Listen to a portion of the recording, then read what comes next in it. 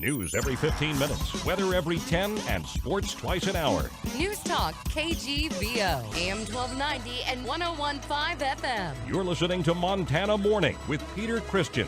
Reaction by medical marijuana advocates over the DEA decision yesterday. Good morning, everyone. It's Montana Morning. Congratulations. You made it. It's Friday, August the 12th, 2016.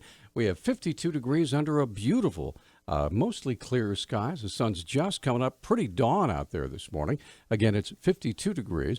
And our newscast this morning sponsored by Bulls Eyewear with Missoula's only certified master optician on South Reserve in the old R.P. Ellis location. Call 552-1299 online at bullseyemt.com. Backers of the state's medical marijuana initiative are criticizing the DEA's decision published this morning in the Federal Register to continue classifying marijuana as a Schedule I drug on par with heroin. That means it'll still be illegal under federal law, even though 42 states, including Montana, allow some form of medical marijuana.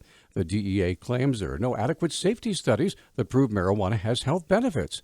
Kate Koliwa is with the Montana Cannabis Industry Association and takes issue with that view. Maybe they're not all American studies, but there's an abundance of studies out of Israel, Spain, Japan. So it's just simply not true that there's not research demonstrating a medical application for cannabinoids and the plant-based ones in marijuana.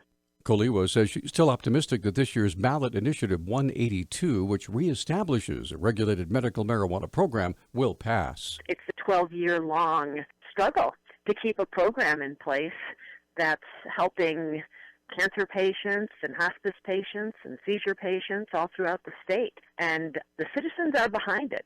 Initiative 182 would remove the 3-patient limit and require providers to obtain state licenses, pay fees, and submit to unannounced annual inspections.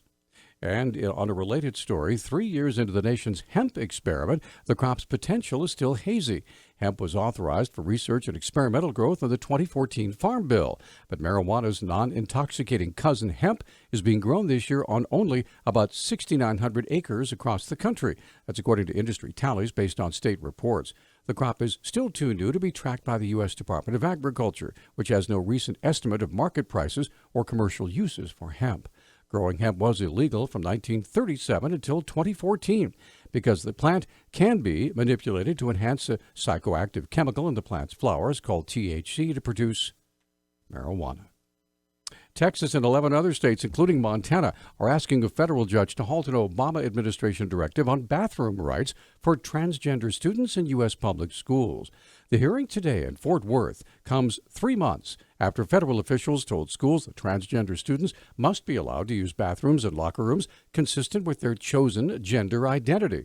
U.S. Attorney General Loretta Lynch said, quote, "There's no room in our schools," end quote, for discrimination. State Republican leaders accuse the Obama administration of undoing what they call privacy safeguards. U.S. District Judge Reed O'Connor may not make an immediate ruling. The hearing comes 1 week after the Supreme Court ruled that a Virginia school board can block, for now, a transgender male from using the boys' restroom once school resumes.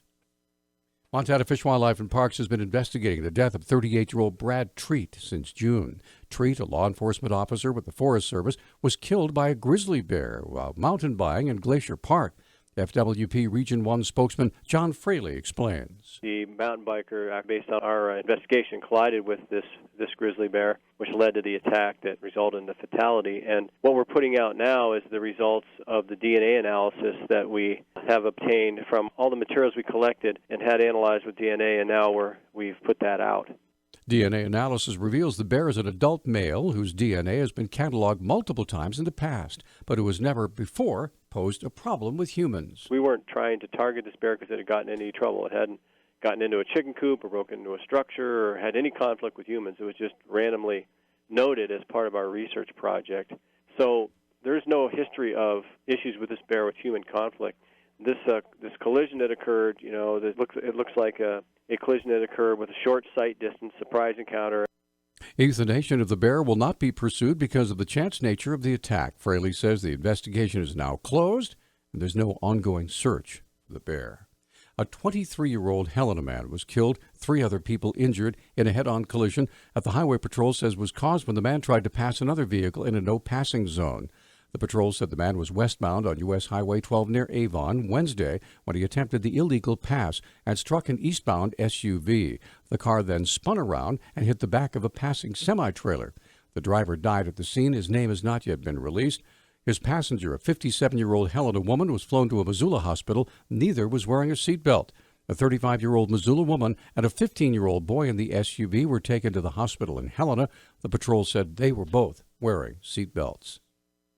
Firefighting efforts on the Copper King fire near Thompson Falls have cost over $5 million so far, but according to Fire Information Officer Mark Vosberg, the intensity of the situation is winding down, and a new Type 3 management team will take command tomorrow morning. Containment is listed at 18%.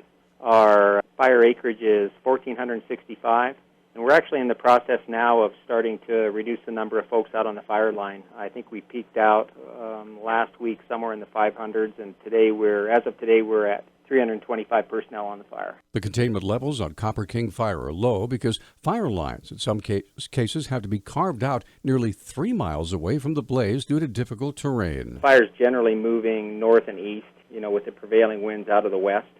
So that direction that the fire would move is very steep, very rugged terrain without really any roads or any access to get into. So that's really what's driving the tactics, is there's really no way to get in close to where that fire is burning.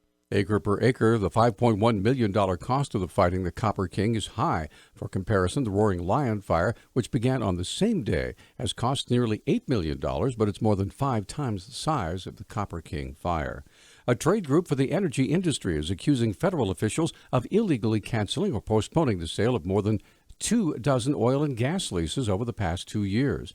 The Western Energy Alliance sued the Obama administration in U.S. District Court yesterday to force it to hold lease sales 4 times a year. The group says sales have been called off in Montana, Colorado, New Mexico, North Dakota, Oklahoma, Texas, Utah, and Wyoming. The government expects low gas and oil prices will reduce drilling on public lands by 40% versus historical levels in the coming years. And finally, one individual is in custody after attempting to take a cat through security at the Missoula International Airport. The details are sketchy, but the incident occurred Wednesday when the unidentified man attempted to carry a cat through the security area when he was detained by TSA personnel. Deputy Director at the airport, Brian Elistad, said TSA personnel acted swiftly to ensure the security of the area. The customer tried to go through the checkpoint with a cat, and we just unfortunately have to go through the security process, and he tried to evade that, and as always, officers are right on top of it. He's escorted out in custody. Elistad said the TSA and airport personnel take security very seriously. The customer tried to get through the checkpoint, and kudos to our officers who are always there and always under surveillance, so we just follow him and take care of him and escort him off property. He'll be evaluated, and I'm not 100% sure what charges will end up being levied, but definitely not the thing to do. The man's identity has not been revealed. He's in custody on unspecified charges. The cat placed in custody of Missoula Animal Control. Cat scan? Newstalk time now, 6:13. Newstalk, KGVO. Missoula's official weather station. Ample sunshine today with our high temperatures warming into the low 80s. Winds will be out of the west at 5 to 10 miles per hour.